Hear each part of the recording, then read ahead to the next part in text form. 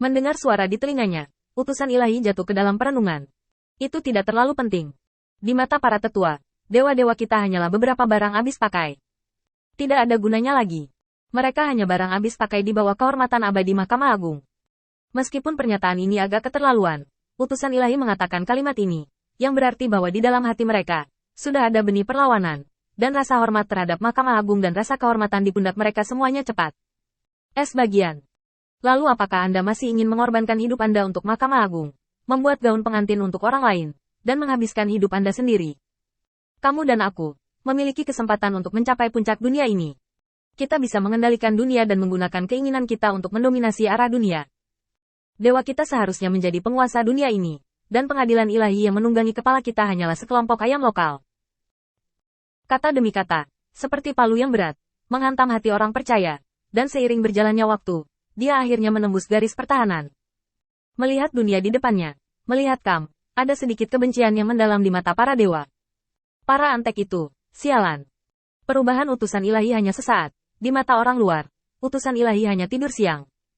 Tetapi tidak ada yang tahu berapa banyak belitan dan kehancuran yang dialami di hati utusan ilahi. Baru setelah dia menyingkirkan bisikan-bisikan itu, segala sesuatu di sekitarnya kembali normal. Dan dia juga menerima tugas pertama, tugas untuk menunjukkan kesetiaannya kepada orang-orang itu. Mengambil keuntungan dari siksaan mereka, mereka menemukan rahasia eksplorasi intelijen Yu Daoseng. Di perkemahan Floraline, seseorang tiba-tiba muncul di depan Floraline. Apakah kalian semua siap? Pengunjungnya adalah Yu Daoseng.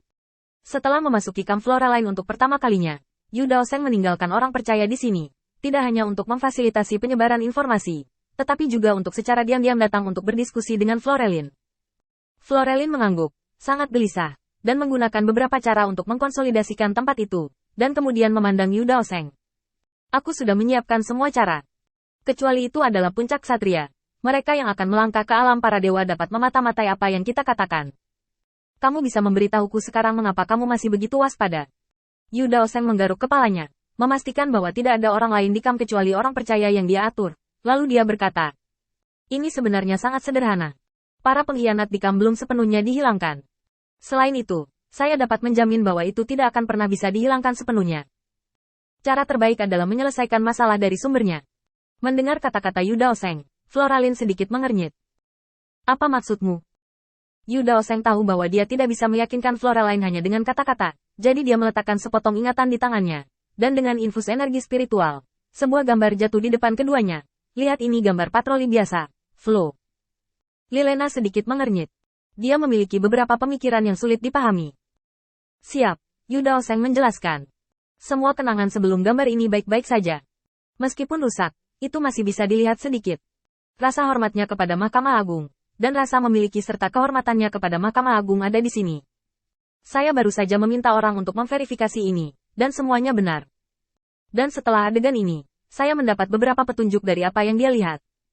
Setelah dia di sini, apa yang paling tampak dalam ingatan yang rusak adalah pengaturan pertahanan kamp, bukan masa lalu, dan fokusnya adalah pada dewa-dewa lain. Dengan penjelasan Yu Daoseng, adegan-adegan rusak muncul di tirai tipis, dan patroli pertahanan kamp semuanya memiliki tingkat penampilan yang tinggi. Floralin mengerutkan kening. Maksudmu, orang-orang ini sedang dikendalikan? Yu Daoseng mengangguk, sudut mulutnya sedikit terangkat. Hal-hal yang baru saja saya katakan, letakkan pada siapapun, dan mereka dapat menemukan petunjuk, selama mereka memiliki sarana membaca ingatan seperti Yu Daoseng. Satu-satunya perbedaan adalah ketika hasilnya disimpulkan. Selanjutnya, adalah fokus Yu Daoseng. Kalau tidak salah, jika pihak lain ingin menggunakan cara seperti itu, ada 3 syarat yang harus dipenuhi. Pertama, kondisi fisik harus rileks, dan pada saat yang sama, semangat akan berfluktuasi.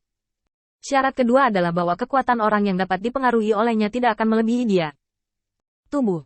Ketiga, jaraknya sangat dekat. Saya curiga orang ini sedang merencanakan sesuatu di kamp, dan dia tidak akan berperilaku apapun, bahkan mungkin orang-orang di sekitar Anda.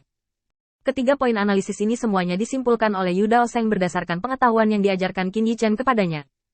Adapun kekuatan poin kedua, itu adalah berita yang baru saja ditanyakan Yu Daoseng. Ada malaikat pemarah di kamp yang tidak puas dengan Mahkamah Agung. Kekuatannya ada di puncak para ksatria.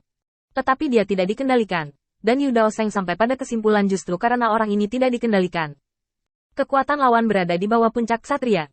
Setelah membuktikan sudut pandangnya, Yu Daoseng memandang Floralin.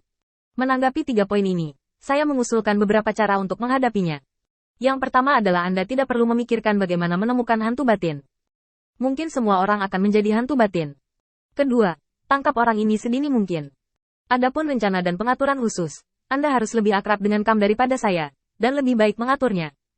Ketiga, saya membutuhkan Anda untuk membantu saya memecahkan masalah. Status saya saat ini tidak cocok. Florin tidak menyangka bahwa Yu Daoseng menginginkan identitas yang cocok. Setelah ragu-ragu sebentar, katanya, "Oke, berbalik dan saya akan mengatur posisi pengawasan untuk Anda, sehingga akan nyaman bagi Anda untuk melakukan sesuatu pada saat itu." Ketika Yu Daoseng melihat bahwa kata-katanya hampir selesai, dia meninggalkan Kam dengan kemampuan teleportasi dari kuil penguasa cahaya. Setelah Yu Daoseng pergi, mata Floralin menyipit. Sepertinya sudah waktunya untuk memberi pelajaran kepada para idiot ini. Saya pernah mengadu saya sekali di Huotu Xingyu. Saya belum puas dengan Anda, dan sekarang saya ingin mengadu saya lagi. Kemari. Berikan perintah saya. Siapapun yang berani menentang keputusan Mahkamah Agung, dan siapapun yang berani melakukan apapun terhadap utusan saya, dapat dieksekusi di tempat tanpa melaporkannya. Mengikuti perintah Floraline, semua orang percaya terkejut. Ini jelas terburu-buru untuk membunuh. Siapapun yang tidak mematuhi perintah Floraline akan dipenggal sampai mati.